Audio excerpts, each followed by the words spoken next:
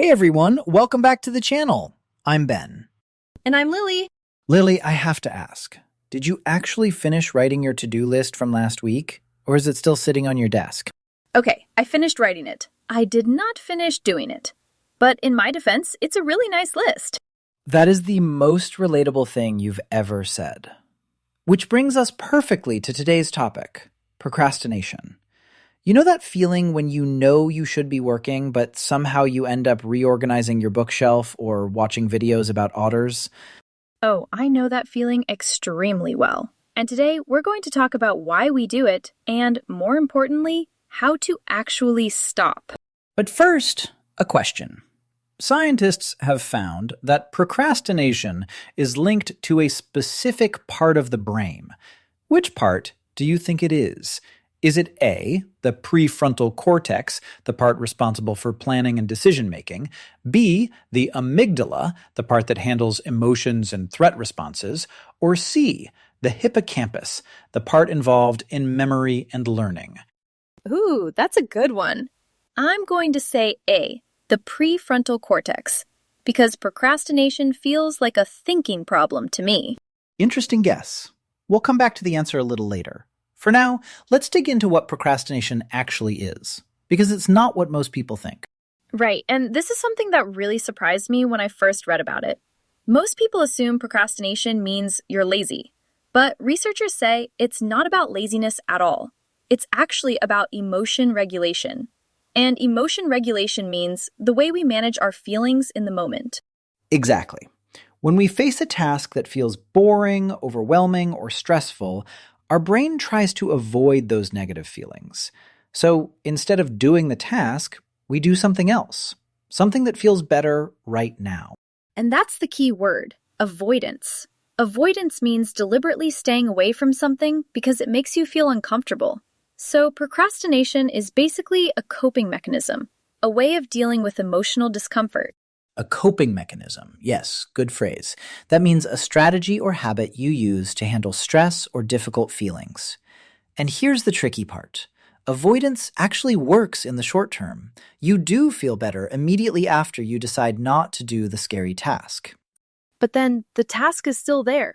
And now you also feel guilty about not doing it, which makes it feel even worse next time.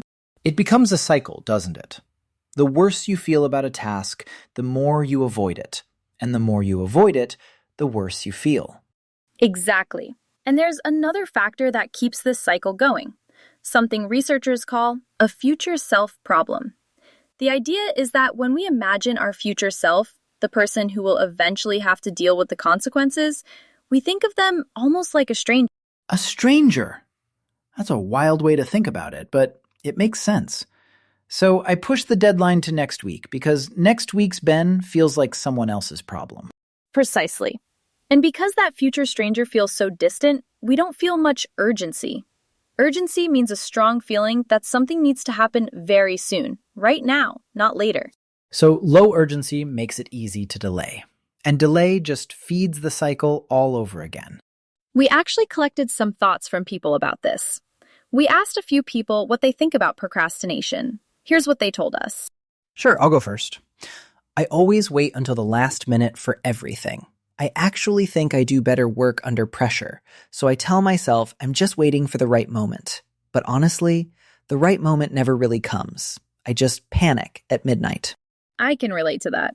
Here's another one. For me, it's not big projects. It's the small, boring things, like replying to emails or scheduling appointments.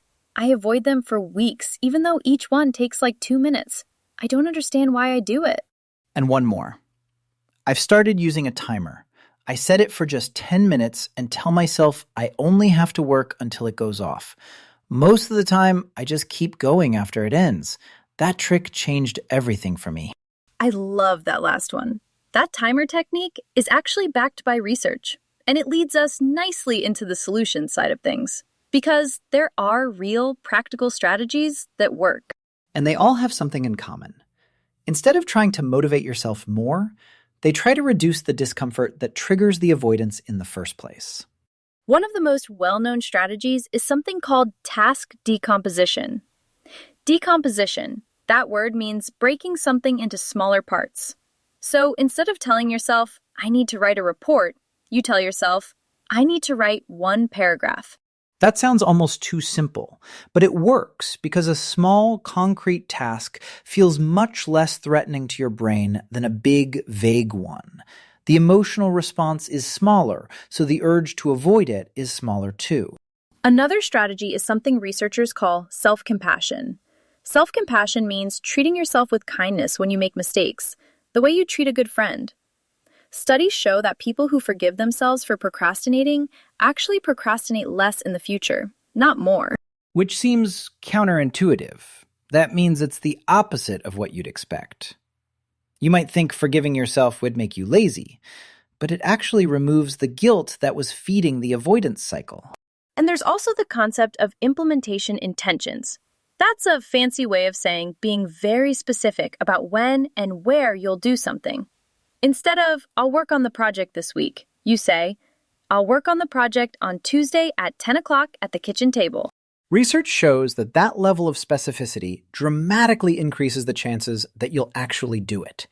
Your brain basically has a trigger point. It knows exactly when to start. So the science is pretty clear.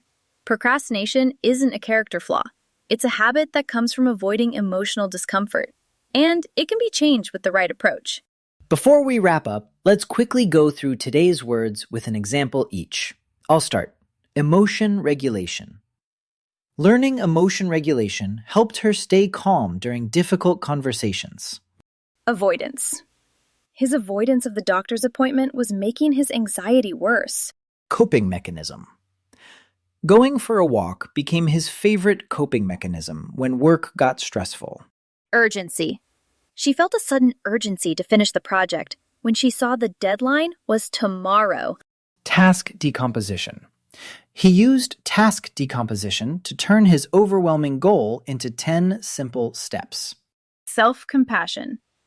Practicing self-compassion helped her stop feeling paralyzed every time she made a mistake.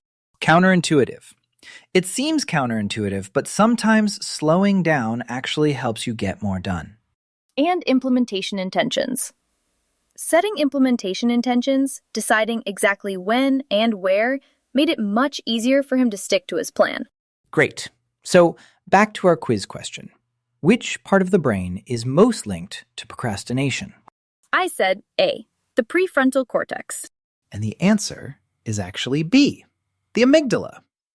The amygdala is the brain's emotional alarm system, and it fires when we perceive a task as threatening or unpleasant.